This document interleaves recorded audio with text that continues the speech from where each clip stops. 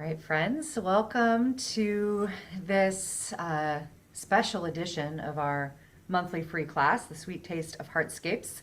I added in a couple of bonus classes this month and last month, partly because it's the season that feels like more connection and more abundance of good magical things is called for, and also because we're working towards the launch of our year program. And so we want to be sure to let folks know as much about that as we can, in the chance that that would be a supportive experience for folks. And so later in our conversation, you'll have a chance to learn a little bit more about that. But the bulk of what we are here to do is to have a conversation about the origins of Reiki and how this system of practice can impact our day-to-day life.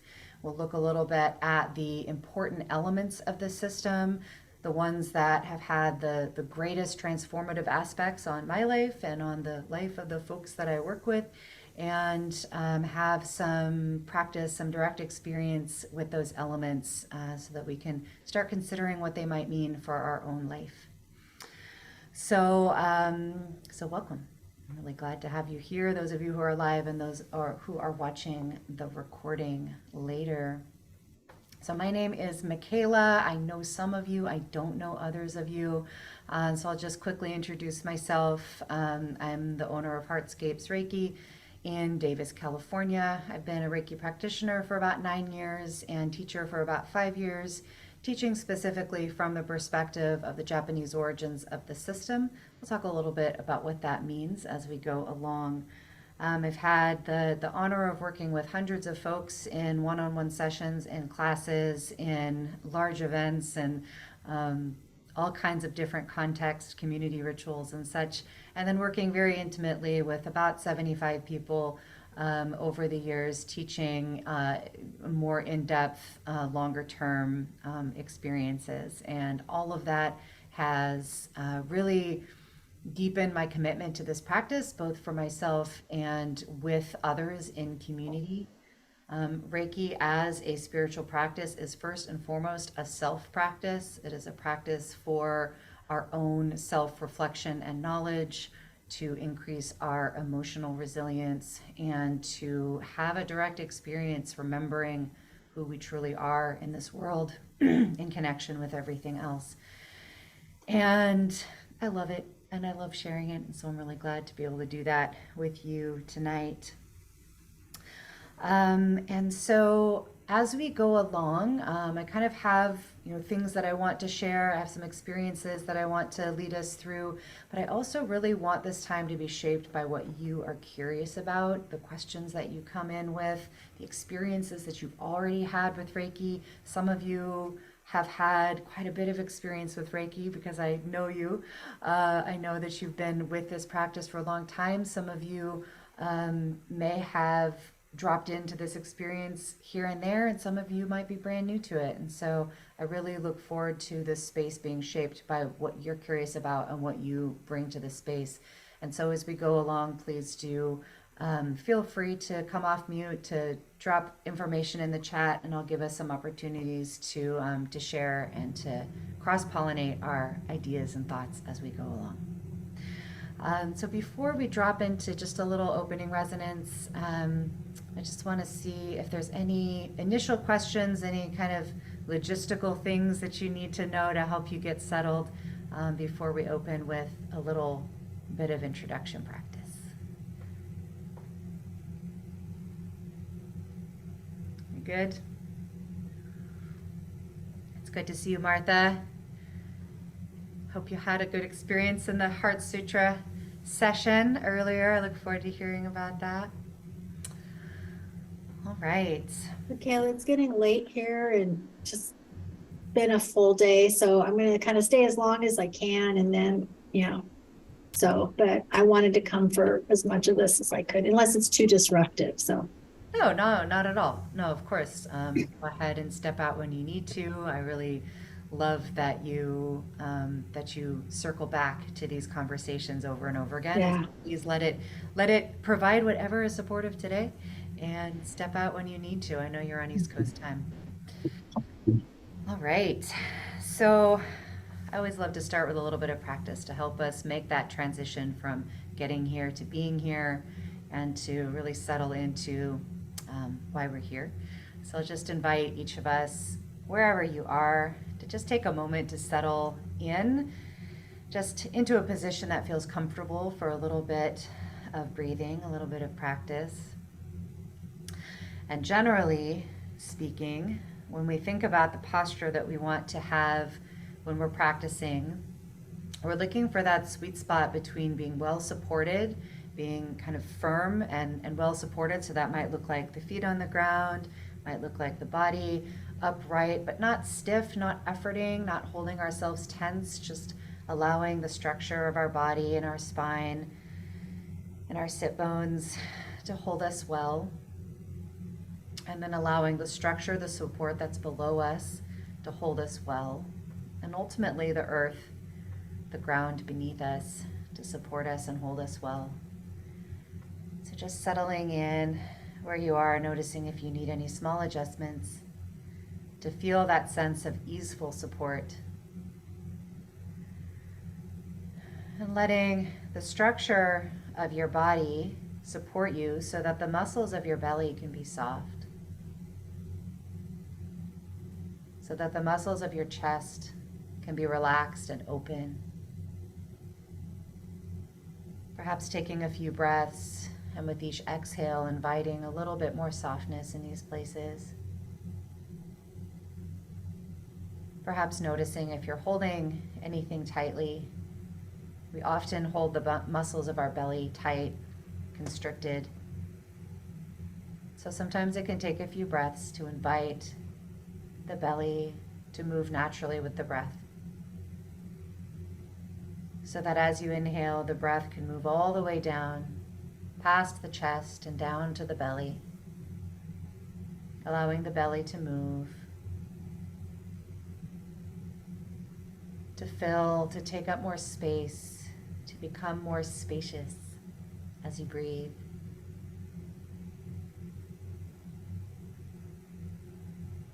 This brings our breath into the posture that we need for practice. Moving in and down, resting in our belly, before gently moving back up and out.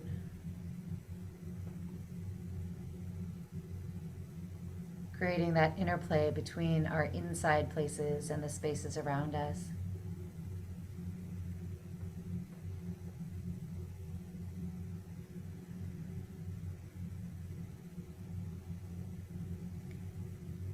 And then as you continue to breathe, bringing your mind into the posture for practice, which means resting your attention on the sensation of your breath as it moves in and down, allowing that sensation to draw your focus, call your attention back from all the places you've spent it today, all of the choices you've made, all of the movements you've made as you've gone throughout your day. And allow yourself to come in and down and arrive here in this moment. Arrive in the center of your being and your body, following your breath with your attention into your low belly.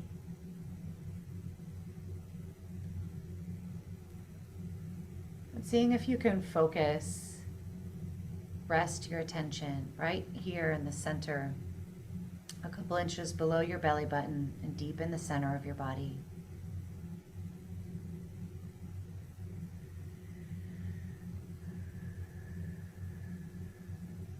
Spend a couple of breaths focused here.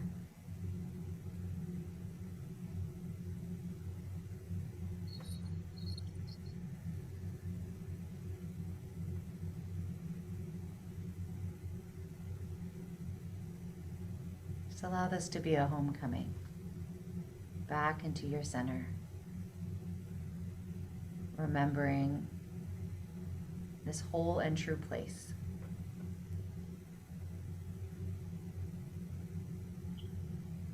Connected to the earth, connected to the solidity of your body,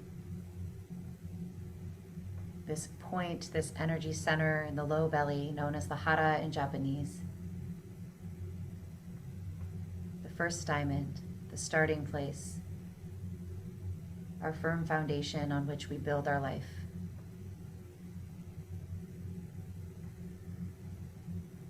And as you rest here in this place, I invite you to ask yourself the question, right now in this moment, for me, what is Reiki? Whether you have encountered this practice for many years or whether it is brand new, you chose to be here, and so you have a relationship with it in some way. So for you in this moment, what is Reiki?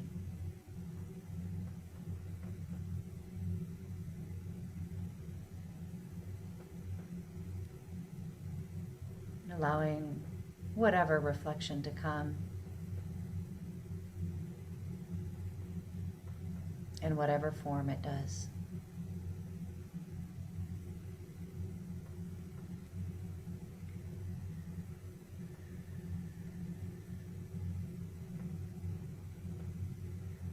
And then on your next round of breath, gathering up what you have observed, following your exhale back up and out, back into the spaces around you and into this circle.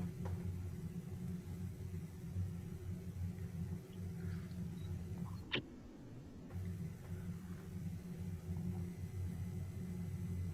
I'd love to invite us just to circle in with something that came up for you. Some piece of the answer to the question of what is Reiki to you in this moment. It can be a single word, it can be a gesture, it can be a phrase or a description, it can be silence.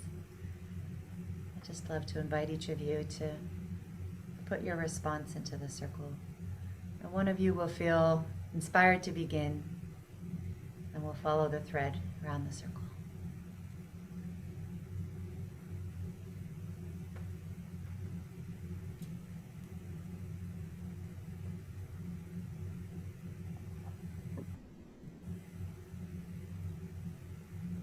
For me, what came to me was just the way that Reiki came into my life 2 years ago. To me, it feels like it's an escape into a life that I'm meant to be in.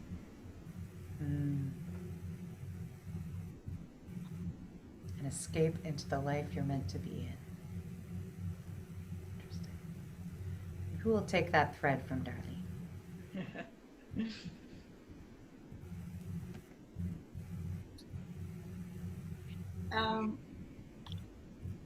Well, the first word that came to mind was healing. But for me, sometimes I'm able to see something really neat, or most of the time it's moving stuck energy for me. And I have a feeling there's going to be more things that will happen, but that I am a very stuck person right now. And I'm okay with that. I'm ready to heal. Who will take that thread from Janet?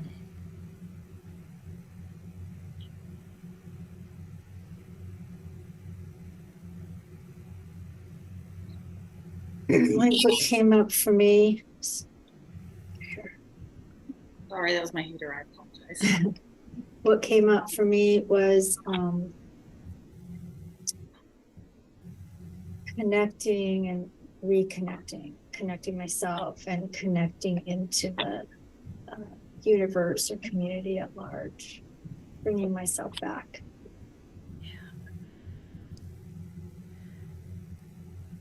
Lisa, would you like to put your voice in the circle?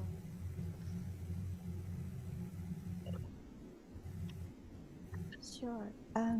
I normally don't like sharing my personal, perspectives and stuff, but Reiki for me right now, not past or maybe another day or another time. But right now, Reiki to me is the origin of who I am, where I'm come from, you know. It's the origin. That sounds good to me. Thank you for being willing to share a little bit of you in the circle, even when it's not something that feels comfortable. Yeah. So I began practicing Reiki as in the way that many people do, um, out of a desire to help people, to support people, to encourage healing for folks. I learned through a Western model, what I now would call kind of traditional Western Reiki, and then studied a number of more and more New Age versions of Western Reiki. And for a number of years, this served me very well. And I really did lean into the aspect of Reiki that one might call healing, that one might define as a healing modality, primarily through the practice of hands on work from one person to another person. And, this was out of generosity and connection, but it was also out of, in all honesty, it was also out of kind of a codependent need for other people to be okay so that I could feel okay. That if other people were okay, then I would be okay. And so let me have this practice where the people around me, I can help them be okay. I wasn't super aware of that at the time, but I'm very aware of it now.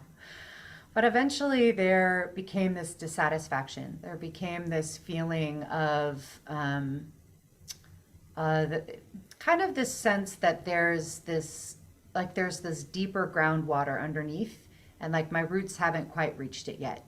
There's something down there, I can feel it there, but I haven't reached it yet, and I don't know quite what it is. And that was when I started studying more and more interesting forms of Western Reiki. And they got more and more complex, and they got more and more kind of wild. And I felt with each effort that I got further and further away from that groundwater. The other thing that I had to start really paying attention to was that I was starting to feel out of integrity because I was practicing a Japanese art form as a white American woman with absolutely no context for what that meant. Information about the origins of Reiki, what it meant from its original perspective, in its original cultural context, what the elements of the system meant in that context, why they were there, how they worked together, was absent from my education.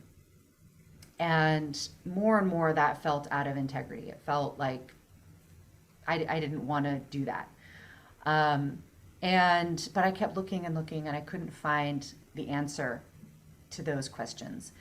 And I almost gave it up. I almost gave Reiki up altogether because that dissatisfaction and that disharmony became overwhelming. And in a very unlikely place, I started finding those answers. It was in an animal Reiki class. And in that class, we did a practice that began very similarly to the one that we just did, bringing our attention into our belly, into our center, and then it went to various places from there. And in that practice, I all of a sudden started to feel my roots reaching that groundwater, just started to soak it up a little bit. I was like, whoa, what is that? Why haven't I learned that before? And I followed that thread, ultimately found a teacher who could connect me and educate me in those questions that I had. What is this practice? Where did it come from? Why are the elements what they are in the original context? Those are questions that I still seek the answers to, and I know I can never know in their fullness because those are questions that are rooted in centuries and centuries, millennia even, of cultural history in Japan that I'm not a part of. But it's a beautiful journey of recovering as much of that from my life as I can. And the results of that include not only feeling like I'm in greater integrity with the practice, but beginning to really feel the true benefits of this practice. Healing, yes, but healing in a very specific context. My teacher often calls it healing is remembering the wholeness of your true self, remembering your origins, remembering the interconnection of you and all of life. Ultimately, the system of Reiki is a practice that came out of two very strong threads in Japan. One is the indigenous Shinto practice that's been in existence for millennia and is deeply rooted into all aspects of Japanese culture. And secondly, esoteric Buddhist practices that came into the country in the 6th century, blended with Shinto and became a very, very powerful spiritual thread.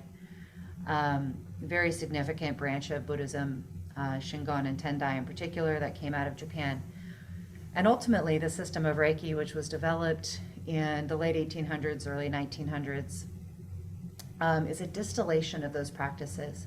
It's a concentration of the essential elements of those practices made into a form that's accessible, that is elegant, that is simple, that could be accessed and practiced by people who didn't have decades of immersion in Buddhist philosophy and practice, for example, but who could very much take on these practices in a way that would transform their life. The system is broken into 5 elements, each of which have associated practices, all of which work together in a really beautiful, connected, larger practice that brings us to some specific outcomes. And those outcomes are described in the precepts of the system and in some of the other teachings that are inside of the system. And we're going to dig into those a little bit as we go along. But I would say for me, the way that I've come to define, the value in my life of practicing this system, if I were to describe it in simple terms, it is the building of emotional resilience, the deepening of my spiritual connection to the world, and much, much greater knowledge of self.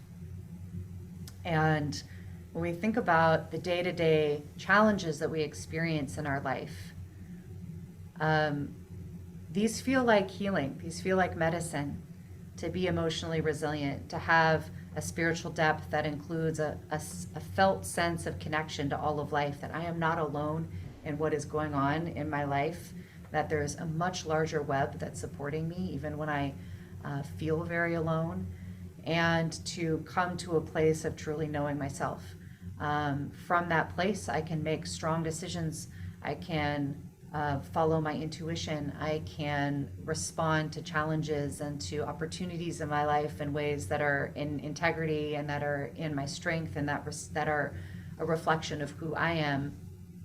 And I can ultimately, in all things, feel both grounded and spacious and connected to all of you, to myself, to the world itself, and to the teachers that this life brings to us, which begins with the earth below our feet.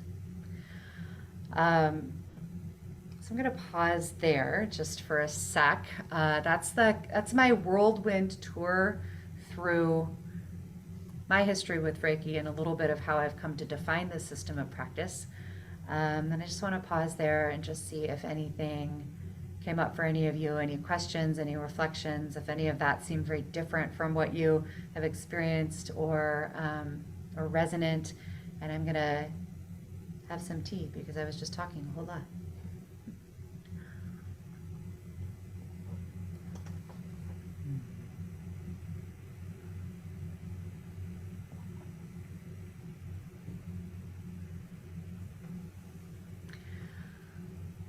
So there are 3 significant people that taught Reiki, is that right?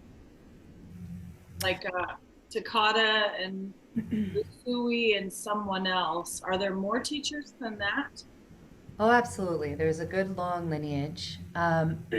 You've named the three that are what we would call kind of the founders of what ultimately became Western Reiki. Inside of Japan, there are many teachers who, so Mikao Usui was the founder of the system. All of the components of the system were pre-existing in Japan, again, coming from long existing traditions. And what he did was distill those experiences into something simple and accessible. And so there's, long threads with each of the elements, each of the symbols, each of the mantras that are used. I love unpacking that history. I love that so much. But what Mikao Usui did was really distill all of that into an accessible form during a time of great transformation and change in the history of Japan, which I won't go into. I won't geek out on the history, I promise. We just don't have time for that. But one significant piece is that during that time, known as the Meiji Restoration, the teaching and formal practice of Buddhism was not allowed. There was a very nationalistic turning towards the national religion of Shinto as the original spiritual practice, and state Shinto was developed, and that's a whole thing. But the bottom line being that a lot of what Mikao Usui had studied and learned in his lifetime of practice was no longer able to be taught formally. And so one of the things that we do in our classes is we tease out the pieces of the system of Reiki, words that are used in the precepts, particular practices, and we trace them back to their various origins, as well as we can from our vantage point, 100 and something years later, in America at a different time and place. But it's a really fascinating unraveling and kind of following those threads to see how this system developed and where it came from. Usui ultimately taught a collection of people, not a lot, not a ton of people, but a handful of people were taught by him, and one of them was a man named Chujiro Hayashi, who was in the Japanese Navy. And he was invited by Usui to open a clinic, and he did that. He studied with Usui in the last year of his life, so he only got to work with Usui Sensei for a year. And then he opened his clinic, which spread to several cities, and he had hundreds and hundreds of students. His story is fascinating. Again, I won't go into it right now, but I've been actually learning a lot more about Hayashi. I've come to appreciate him very much. He made some very difficult choices during the time of the build-up to World War II. Which resulted in Reiki being taught to Takata, who was a American Japanese, well, she was a Hawaiian Japanese woman. Hawaii was not yet a formal state of the United States at that time. It was a colonized territory. But ultimately, she was the one who did bring the practice into Hawaii and ultimately into the United States. And so that's kind of our direct lineage into the Western world. Other teachers remained in Japan, went to other places that had its own life, traveled in its own way inside of the country. But Takata is kind of considered our mother here in the West as far as the Reiki tradition. And then she, of course, taught many people. Many students came through her teachings. Her granddaughter, Phyllis Furumoto, carried on her clinic and her school until her death a couple of years ago. So we have a good, strong lineage, a good tradition. And in that time, the system changed, it transformed, it became American, became Western in its form. That was necessary at the time. If you think about a Japanese woman bringing this practice into the United States during the build-up to World War II, when America and Japan were enemies of each other. It was a very fraught time for her to be doing this. I have great respect for her, for the tenacity of doing that. The fact she was in Hawaii is a really important aspect in how that could have happened. Hawaii was, of course, large percentage of the population was Japanese, and so They did not experience internment camps the way that mainland did. But she had to make some changes to the system in order for it to be accepted. There's we have her journals, and there's some really interesting quotes from her that include things like, when I go to Japan and I study with the Reiki masters there, it's absolutely beautiful, deep spiritual and religious practice, but it's too religious to bring into America. And I think that was true at that time. However, because that kind of game of telephone that happens when you change something and then you share it with others, and they change something and they share it with others, and they change something and they share it with others, right? It changed quite a bit from its origins, and in ways that created new systems that are valuable, that are beautiful, but that are very different. And so all of them is valuable, but I found it really important to know where it came from. And for me, what's been right for me is to practice as much as I can from those original origins, not only to honor those origins, but because I found them to be the most effective for me in my life, and hopefully ultimately for my students as well. That was a really long answer to your question.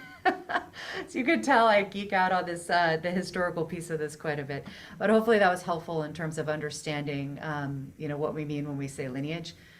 Generally speaking, people who are trained, in the West will be given their lineage, who the teachers were back, generally to Takata, possibly back to Usui. And it's good to know that. It's good to know those names. Yeah. Anything else?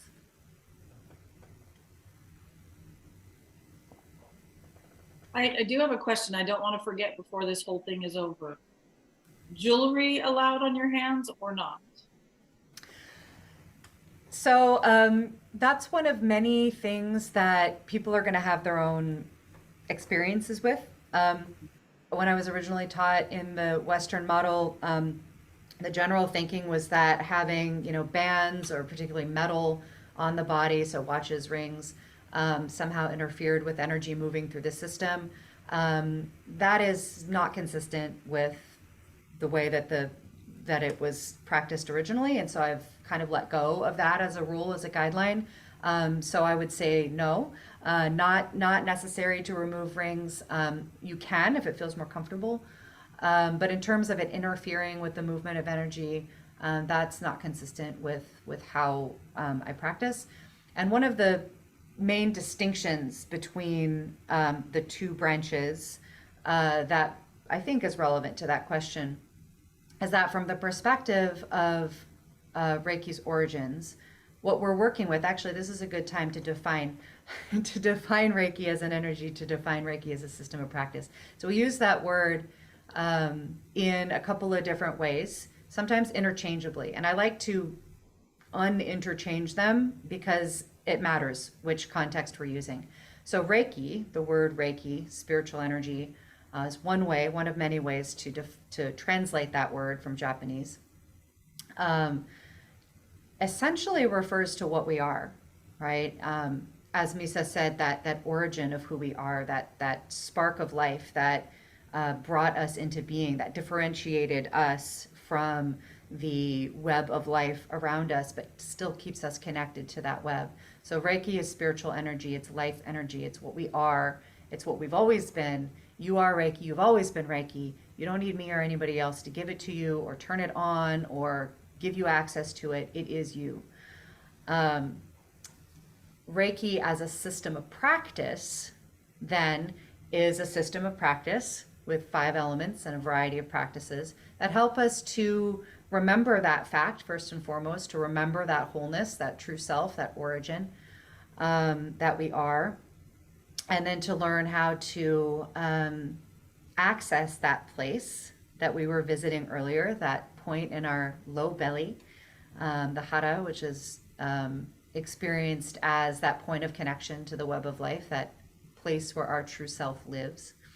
So we have a phenomenon in the world, Reiki, spiritual energy, and then we have a system of practice that helps us to access that phenomenon, understand it better, have it be at work in our life in a formal, structured way. And so when we are working with Reiki, we're working with what and who we are. We're not dealing with something that's outside of ourselves.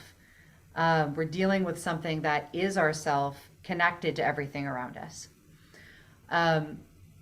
That's different than how Reiki is understood in Western Reiki. In that system, typically, Reiki is understood to be universal energy. So the energy that's out there in the universe, all around us, connected to the earth, connected to space, connected to the cosmos, but outside of ourselves. And that through the practices of Reiki, we're channeling that energy through our body, out our hands, and into another person, or perhaps into ourselves or into an animal, whatever it is that we're doing. But it's a very, first of all, focus on the hands-on practice, which is only one of the 5 elements. And secondly, it's this channeling of something outside of ourselves, through ourselves, and into another person. So you can see that those are very different ways of conceptualizing of what's actually happening. And from that second version, you can see the logic in if there's, metal, if there's rings, if there's something in the way in my hands, and there's something channeling through me, that maybe there could be an interference there. But if we're conceiving of Reiki energy as simply what we are, what everything is, the rings included, also Reiki, right? All of life, all of substance, all of elements, the rocks, the metal and the earth, from the spiritual philosophical framework of Japan, everything is sacred, everything is kami, everything is divine, including the metal and the earth. And so there's no difference between these rings and my hands. There's no difference between these rings, my hands, and Reiki, and so there's no need to remove them. Again, a long answer to the question, but hopefully an opportunity to kind of tease out some of these differences, and also to really root in to what is it that we're really about here, right? When I define healing in this system as remembering the wholeness of our true self, that's what I mean. Remembering that, what I am made of, what you are made of, what everything around me is made of is divine. It's spiritual energy. It's all connected. It all moves. It all interrelates. And that healing is getting everything out of the way in my mind that gets in the way of remembering that. That there's nothing in the physical world that disconnects me from life, from you, from my own self, from the trees outside, from the center of the earth, from the microbes in the soil, from the food that I eat. There's nothing in this physical world that disconnects me from any of that. The only thing that can disconnect me from that is here. It's only here. It's only in my mind. And so the system of Reiki gives us these gentle guideposts, these gentle practices that are simple and accessible, and that when we work with them over time, we dissolve those barriers. We dissolve those frameworks of the mind that keep us separate, that keep us unresourced, that keep us malnourished, that keep us feeling alone, that keep us feeling like we're not good enough, that keep us feeling like we can't do it, that keep us feeling like we're ill.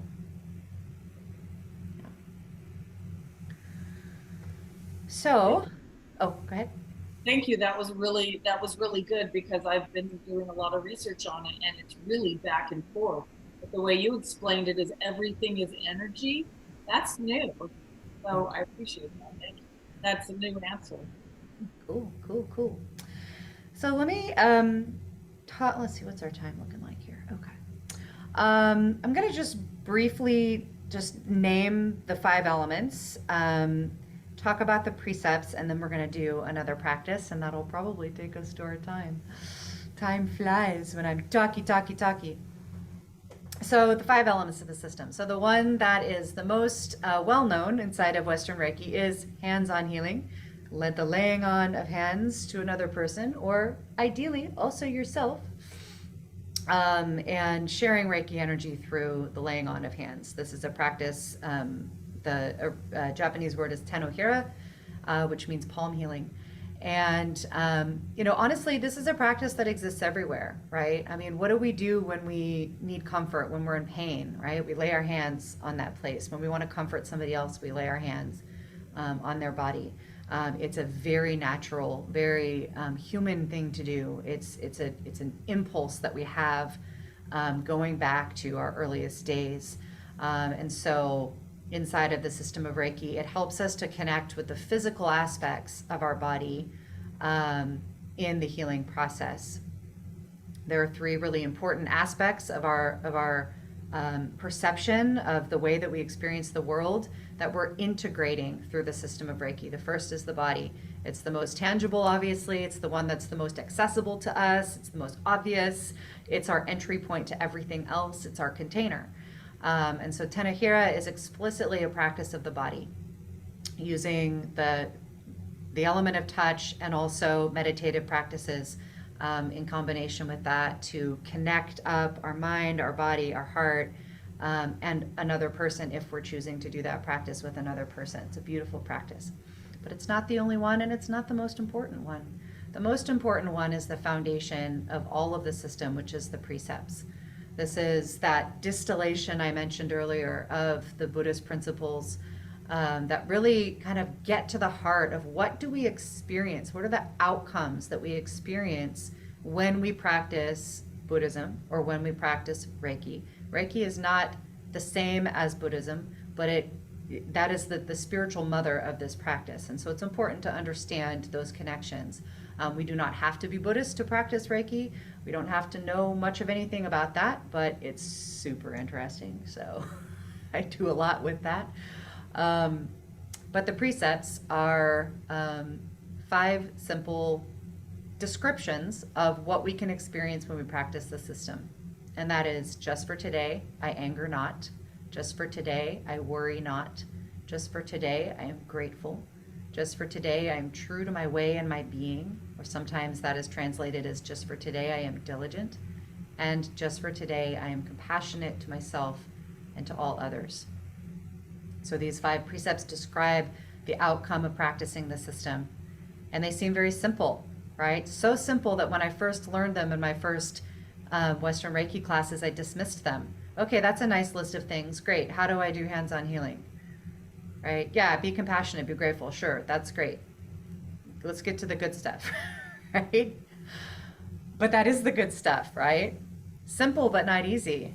Can we imagine truly walking through our life not attached to anger or fear? Truly grateful in every moment for the experiences that we're having, really rooted in this present moment because of our gratitude. Can we imagine living our life true to ourselves, making decisions and responses that are really true to who we are? Can we imagine a life where we show compassion to ourselves even when we screw up big time? Can we show compassion to other people from that outpouring of compassion for self? Self first, right? Again, Reiki is first and foremost a self practice because we have to clear out all the garbage inside of here before I can be with you in any kind of productive way.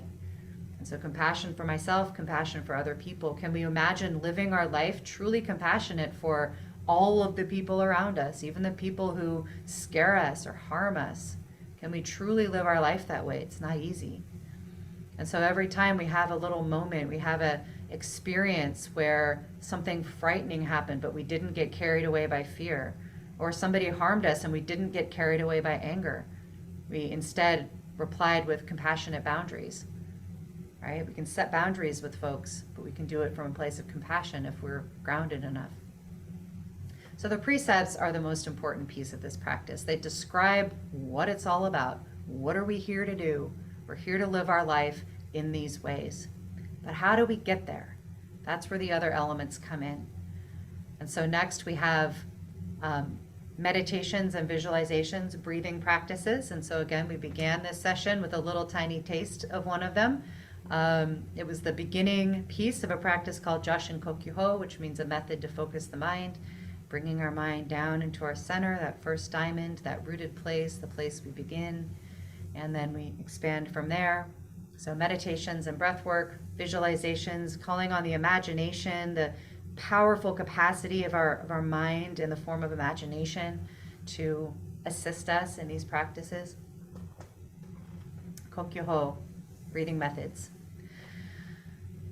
That's 3. 4th, we have symbols and mantras. These are symbols and mantras, again, that were gathered from the long-standing traditions that fed into the system of Reiki. And these are tools to help us focus our mind. They're not magic words that cause things to happen outside of ourselves. They're not symbols that we administer to other people to assist in their healing. They're meditation tools to help us focus our mind on the things that I have before mentioned. Being true to ourselves, being unattached to anger and fear, being grateful, being compassionate. And lastly, the practice known as Reiju, or spiritual blessing. This is a ritual, a ceremony, a very simple ritual conducted among practitioners from teacher to student within learning communities. It comes from Shinto practice, and it's really about being in the present moment with our practice, opening ourselves, first of all, to the willingness to be in practice, the agreement to be in practice together, and then opening ourselves from a particular frame of mind, a very specific frame of mind, opening ourselves to what we most need in that moment for our practice, having an initial experience. It's also called an initiation, because every time we come to it, as we were saying in the beginning, Janet, every time we come to a Reiki session, every time we come to a Reiju, we are different. And so we have an initial experience with our true self again and again and again and again until we're enlightened. Maybe someday.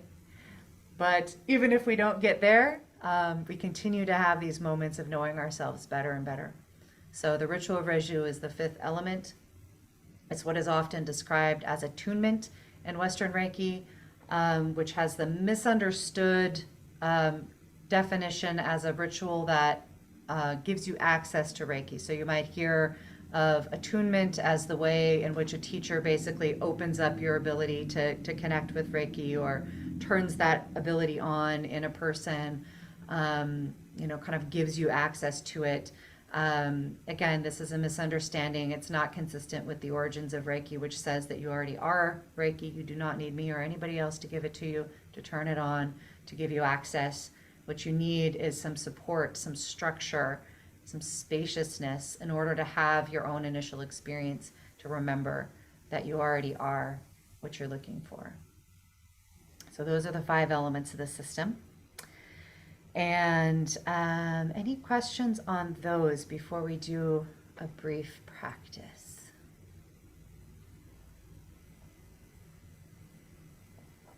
Okie dokie.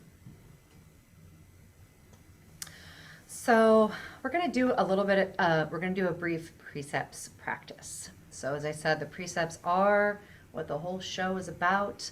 They are what we are aiming towards. They are our North Star, and they are what we experience when we're in the practice. And so we're going to do a little precepts contemplation practice. As I mentioned, each of the elements has specific practices associated with them. They're all intertwined to form a complete system, and all of them call on our body, our mind, and our breath, our energy. Those are the 3. I think I started saying the 3 ways that we interact with the world. I think I only mentioned the body. So the other 2 are the mind and the breath, or the voice, or the energy. All 3 of those kind of wrapped up together in the physical sensation of the breath. So the precepts contemplation practice is emphasizing more the mind. It's a contemplation practice. However, we engage our body, we engage our breath. They all work together to get us there. And so we're going to just kind of go back into our breath in a moment. I'm going to repeat the precepts. If you are encountering them for the first time and don't yet have a relationship with them, don't worry about that. Just let the words come in, let them mean whatever they mean to you in this moment. And I'm going to invite you to choose one of them. And you can allow that choice to be either the one that you feel most interested in, one that you feel connected to, one that you feel confused about, or like, I'm not sure about that one. You can choose in any way. You can choose arbitrarily, however you want to do it. But you're going to choose one of those 5, and then I'll lead you through a little bit of a contemplation practice. Sound good? Cool. Alrighty. So once again, we're going to settle our body into a supported position. firm and flexible, so allowing our body to be well supported by the structure below, allowing our spine to be upright and easeful.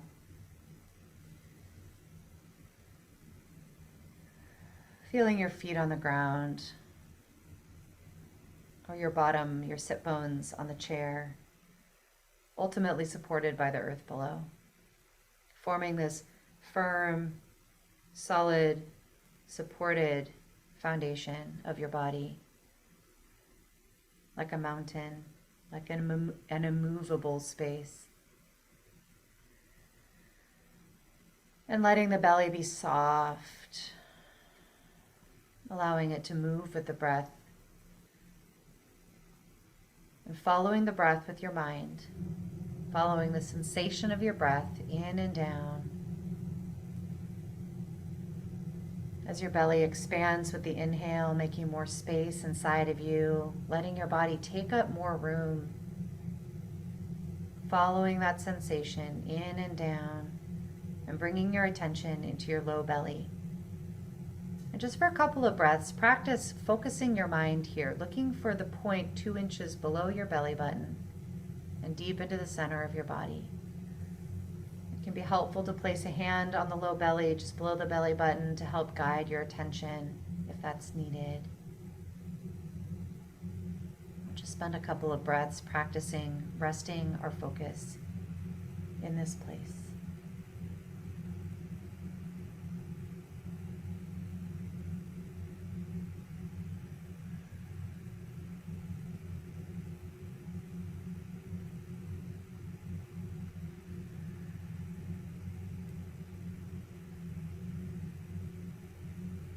Help us to focus here, I'm going to invite you to imagine a spark of light. You can sense it in your body or imagine it in your mind. A spark of light right here at the center of your low belly. The spark of life that is you, your true self, shining brightly here in your center at all times. Just take a couple of breaths imagining this spark.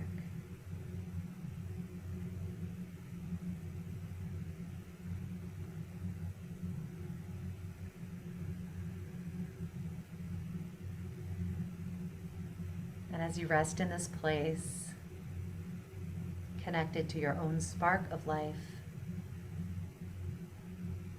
I just invite you to receive these precepts, these words. And as I say them, allowing one to jump out at you, to choose you or to choose it, to work with for the next few moments. Just for today, I anger not. Just for today, I worry not. Just for today, I am grateful. Just for today, I am true to my way and my being. Or I am diligent. Just for today, I am compassionate to myself and to all others.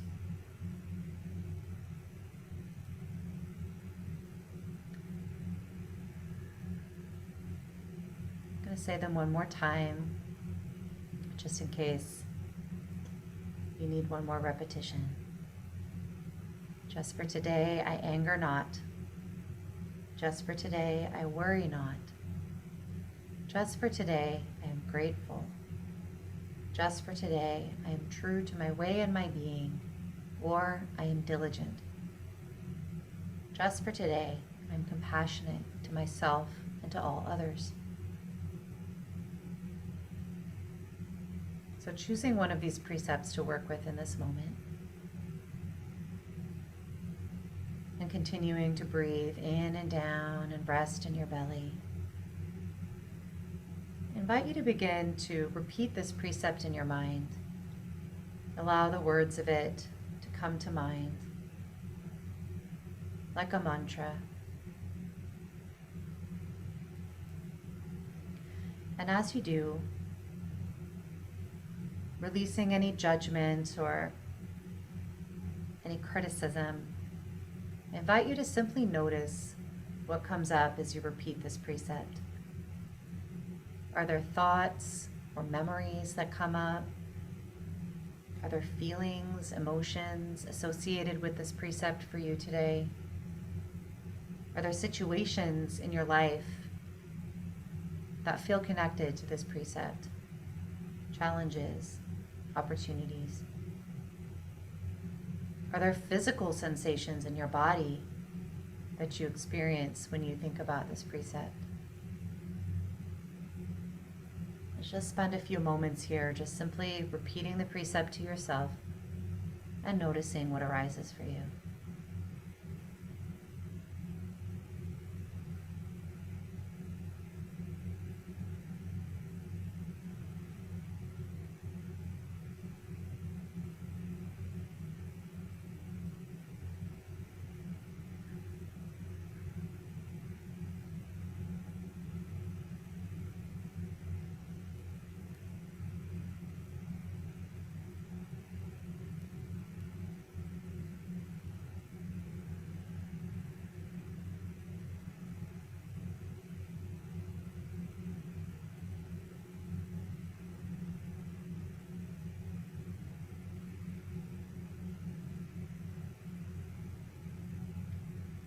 As we take a few more breaths here, see if there is another layer deeper that you can notice.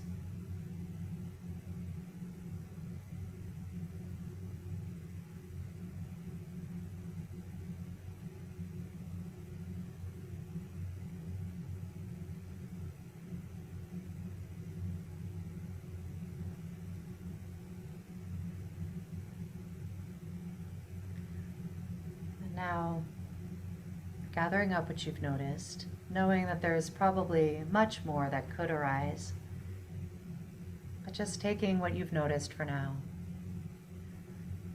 I invite you to consider what it might mean in this moment, in the coming days, to come into right relationship with this precept in your life. What might it mean to come into right relationship? Good, solid relationship with this precept.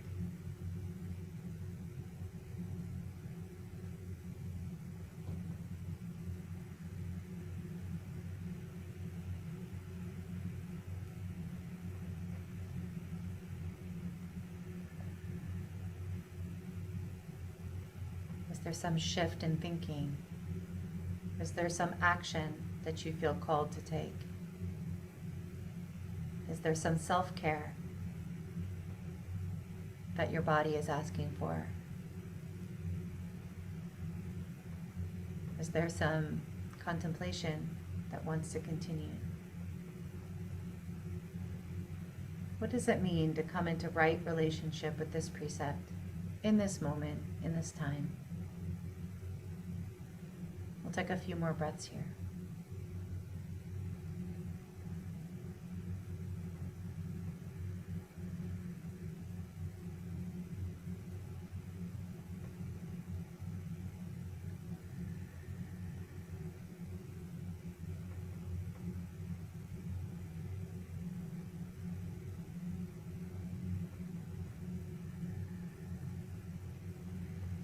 On your next breath, I invite you to bring your hands to prayer position and to Gasho at your heart,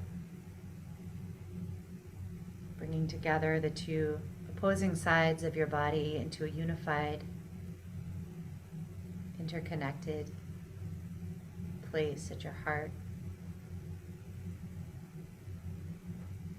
Just invite you to feel a moment of gratitude for this moment, for whatever has come up for you.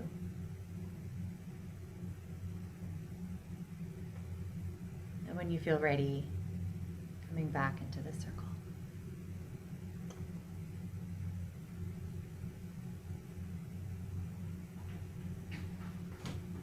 If there's anything that you want to capture from that experience, welcome to take a moment to do so, particularly if there's something that you want to follow up on regarding right relationship with this precept.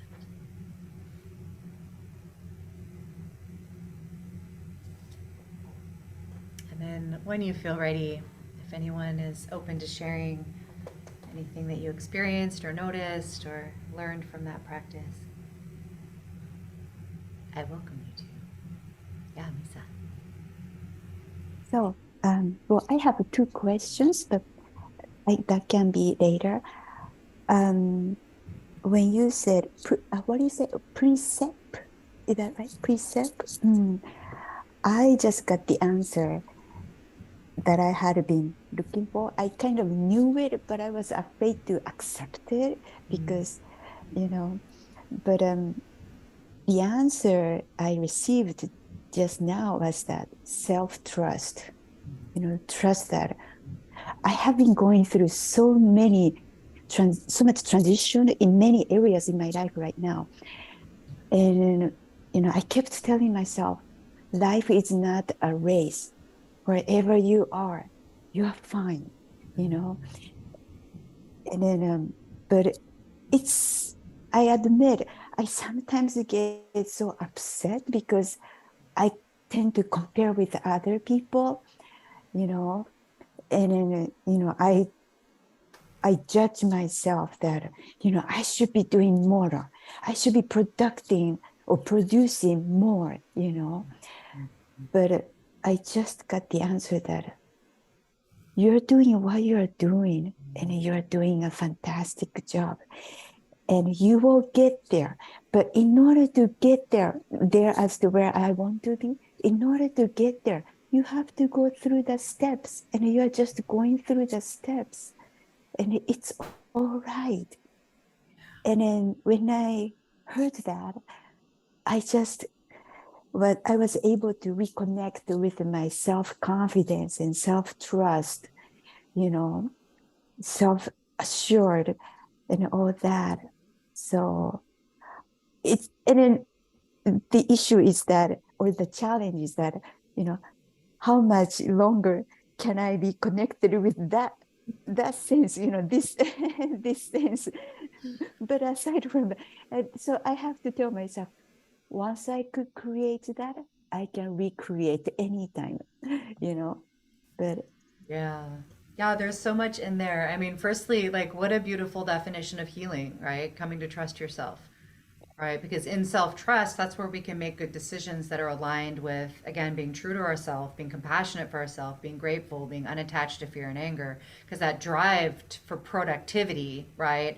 I'm not good enough unless I produce whatever magic number is the right number of production, right?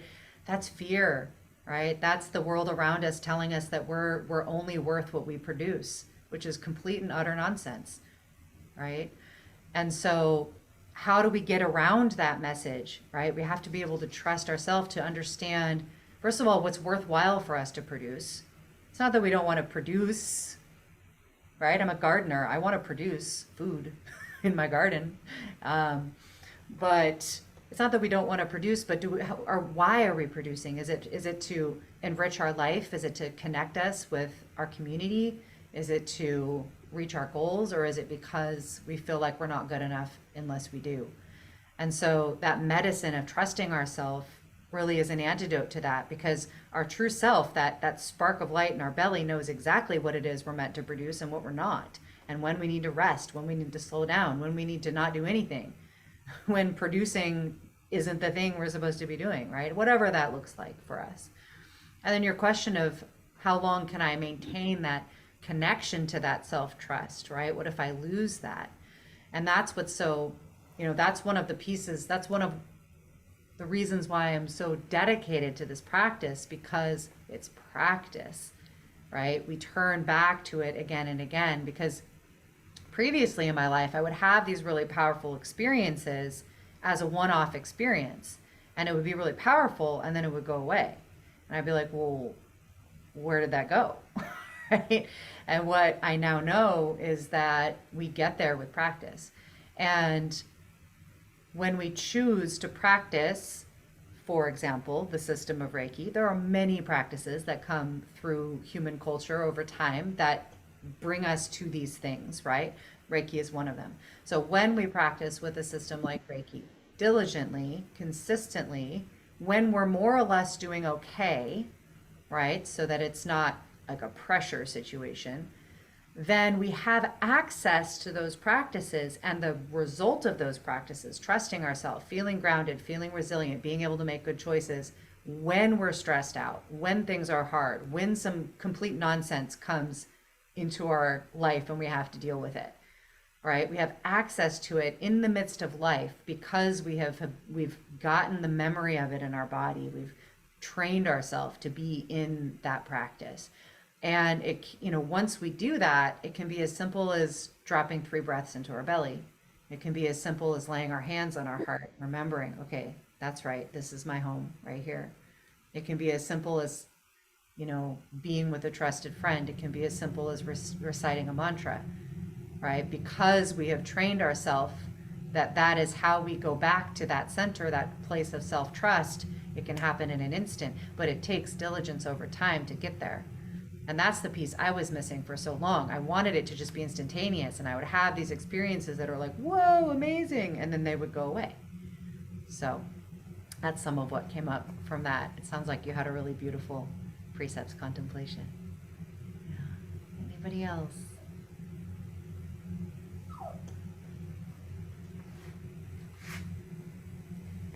I have a question. Yeah, please. If it's okay with everyone. I always get kind of stuck with the 4th one of the precept. I had to go get my paper, and mine has written in Japanese. And then, only today, the 4th one, what I understand from what it says in Japanese is like a self-discipline. But the first one, second, third, and the 5th one, those were so clear because it's so short, you said. But the 4th one, it was a little longer. Yeah. I get confused with what it really is. Yeah, and that gets into the beauty of sinking into a language that is so poetic and that is so metaphoric, right? So the words in that precept in the Gokai for that 4th one is Gyo o Hageme. Right. And self-discipline, practice diligently. These are some direct translations that are often drawn. And so when we think about diligence or self-discipline, that's kind of what I was just speaking to, is that, diligence and discipline around what? Around the other precepts, around letting go of my attachment to my anger and my fear, around being compassionate, being grateful. And so it's a reminder that the way that we get to self-trust all the time is through diligence, is through self-discipline. And that can look different for different people, right? What diligence looks like in your life. So diligence being sticking with something over time, right? So being disciplined enough to stay in the practice over time. Yo ohage me, practice this diligently. The translation that I shared as an alternate to that, being true to your way and your being, there's some interesting ways to tease that out from the translations of the specific words that I'd have to go to some source material. We'd have to spend some time unpacking that. But that's a translation that my teacher often uses as an extension of where we get to when we're diligent. So as we're self-disciplined, as we're diligent, as we work with the practice, what is the outcome of that? We become more true to ourselves, more self-trusting, as you said.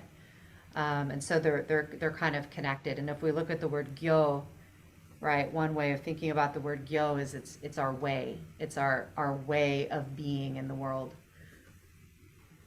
Yeah, the way I understand it, it's like a skills.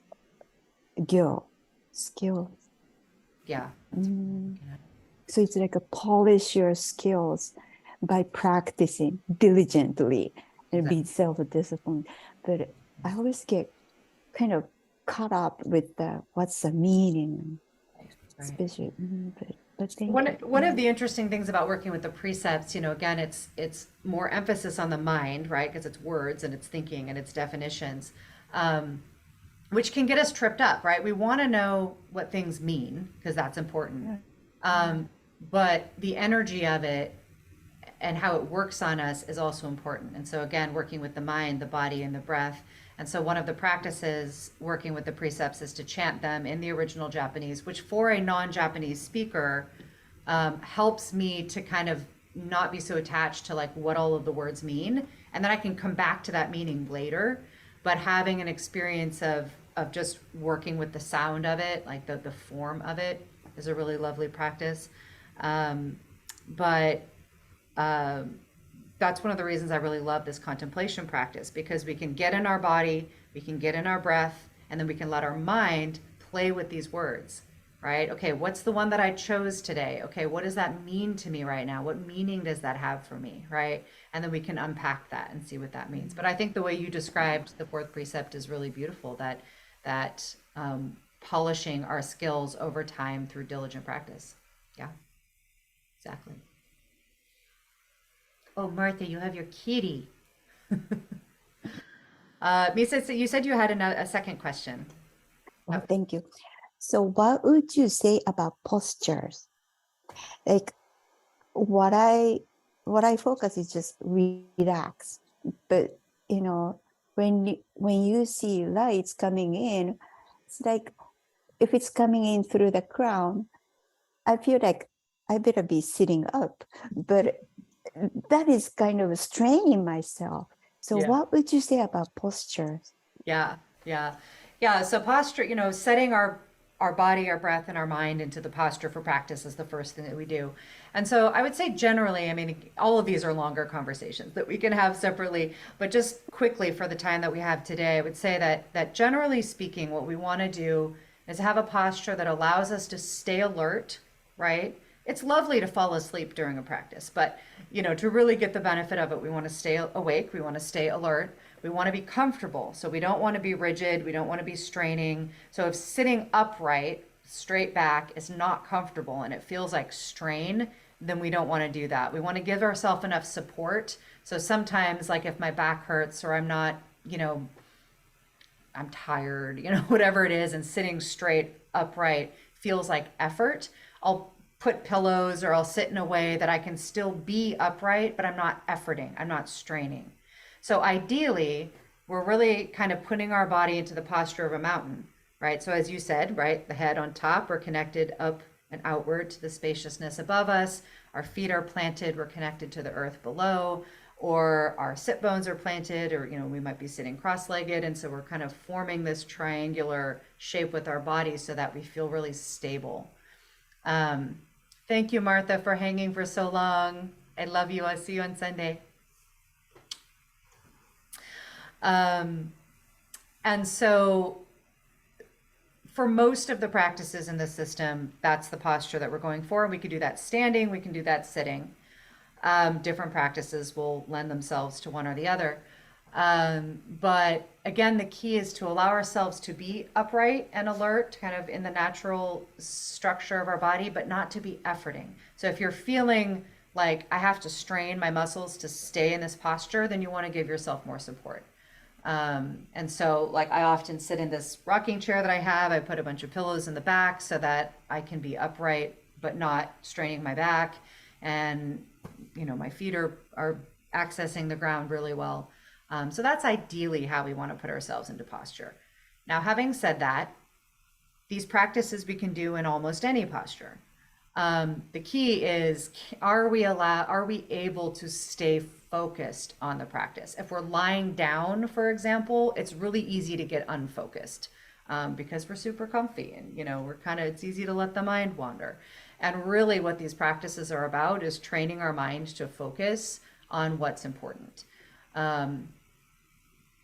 The outcomes of the precepts, something going on in our physical body, something that we're contemplating, whatever it is, whatever the focus of the practice is, we want to be able to keep our attention on it. So if we're too relaxed and like lying down and reclined, then it's easy to lose focus. If our body is kind of constricted, like right now I'm kind of slumping over my belly, my shoulders are kind of forward, my belly is getting squeezed. This might feel comfortable if I'm tired, but what's happening to my breath, right? My breath can't get down into my belly.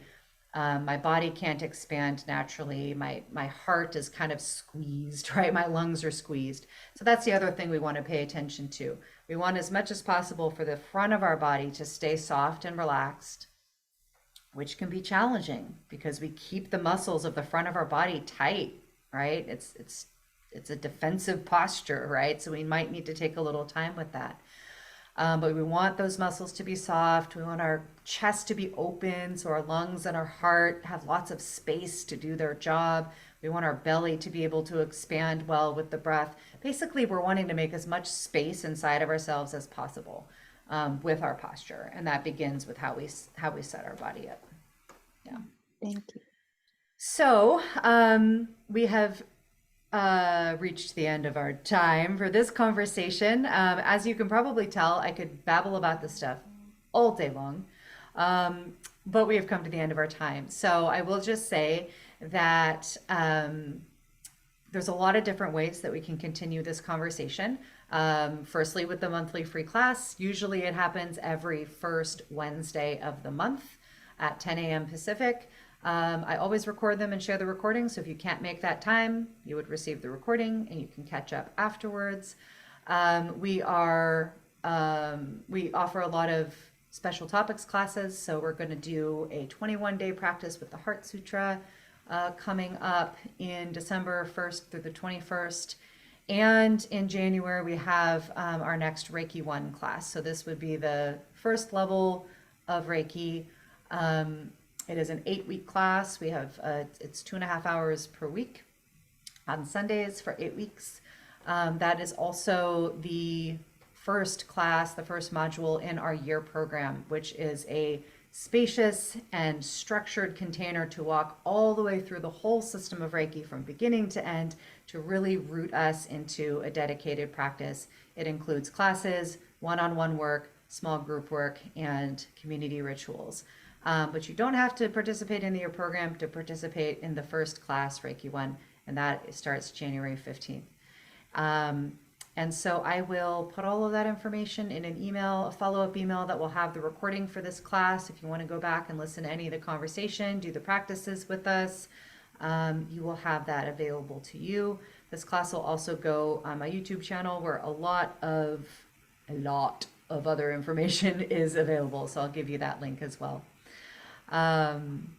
So that was a lot of information all at once, but it will be coming to you in an email. If you have other questions that were sparked from this conversation, please feel free to reply to that email with it. I'd love to continue the conversation either over email or over the phone.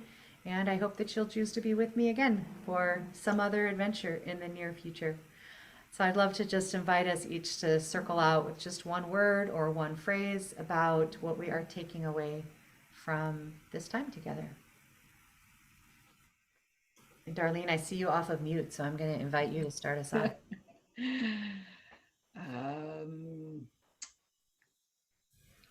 Resilience.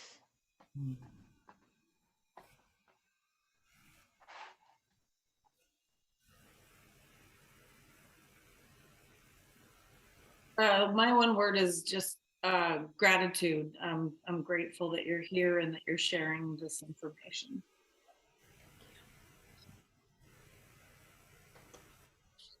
Well, just 大光明. That's my word, 大光明 for everyone. Great bright light. Yes. We work with that quite a bit in Reiki 3. Brilliant. And my word is connected. I love spending this time with folks. I love it. I love it. I love it. Thank you so much for being here, letting me talk about the things that I love and sharing your experiences with it. I always learn from you as much as I hope you learn from me. So I look forward to being with you again in whatever form that takes. Thank you so much. I love you all. Thank you.